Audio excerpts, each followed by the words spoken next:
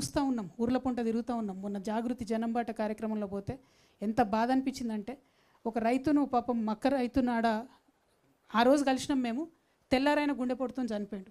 ఆ రోజే మేము పోయినప్పుడు చెప్పిండు, అక్క 4 రోజులైంది అక్క వచ్చి ఇక్కడనే ఉంటున్నాం, కావలిగా వస్తున్నాం, ఘోరమైన పరిస్థితి ఉంది అని చెప్పిండు. తెల్లారి అదే రైతు అదే కుప్ప మీద కూలి చనిపోతే నిజంగా నాకైతే ఇప్పటికి కూడా షివరింగ్ వస్తుంది అది తలుచుకుంటే కూడా. అంటే ఒక ప్రాణం అంటే మనకు ఎంత విలువ లేకుండా పోయిందంటే, ఎక్కువ మంది ఉన్నాం మనం, 140 కోట్ల మంది ఉన్నాం కాబట్టి ఒక రైతు చచ్చిపోతే ఒక చిన్న సింగిల్ కాలం వార్త అయిపోయినని తప్పితే నిజంగా ఎవరు స్పందించే పరిస్థితి లేదు. కానీ నేను స్పందించాలనుకుంటున్నాను, ఎందుకంటే జీవితం విలువ నాకు నేర్పింది.